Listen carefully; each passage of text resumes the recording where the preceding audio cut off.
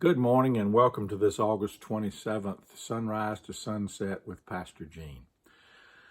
Today we're going to move into the 10th chapter of Matthew's Gospel, and we're going to be fleshing out some of the details of the ministry and mission that those who follow Jesus are going to carry out. Jesus carries over in the first four verses the same thing that was being mentioned in the last verses of chapter 9 about the need for more disciples.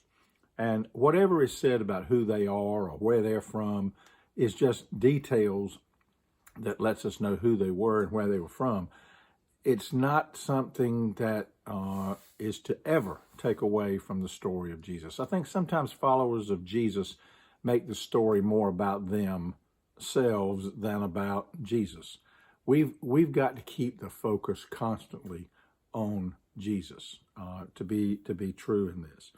Now, at first, in verses 5 through 6, it appears that the Gentiles are to be excluded. Actually, I think this is not an eternal way of thinking, exclusion. I think it's given as a way to set the priority on Jesus and him coming to Israel, to the lost sheep of Israel. And I think it's also something that over the course of time is going to be changed, as we well know by the ministry of Paul later on that did include the Gentiles. So it did change.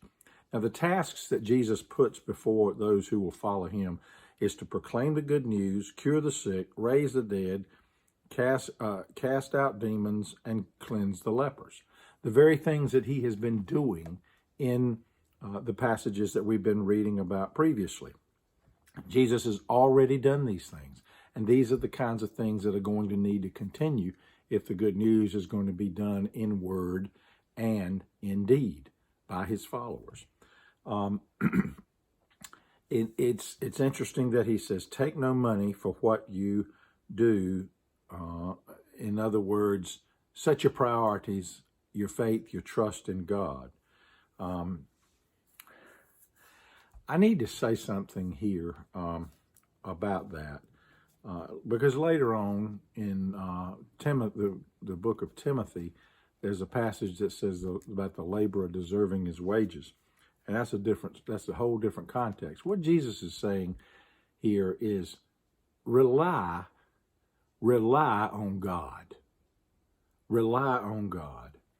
You know, I've been in the ministry now 43 consecutive years, and I've trusted God wherever I've been. There've been places where I've been paid very little and paid very much, and offered more and received it, and offered more and did not receive it, because for me it's not been about the money. It's been about trusting in the grace of God, and I think that's what we're supposed to do. Because here's another factor that we have to think about. It's right here in chapter 10. People are going to accept, and people are going to reject the good news. People are going to accept the one that brings the good news, and they're going to reject the one that brings the good news. Our task is not going to be easy. And here in chapter 10, Jesus makes it very clear. We're going to endure rejection and persecution, arrest and betrayal.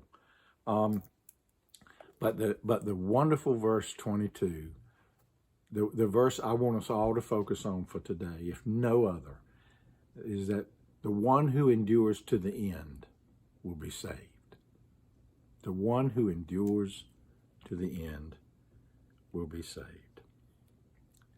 Endurance is a difficult task, but perhaps it is one of the most important tasks of a disciple of Jesus Christ. Think about the ways we need to be practicing better endurance, and think about it often, every sunrise to sunset.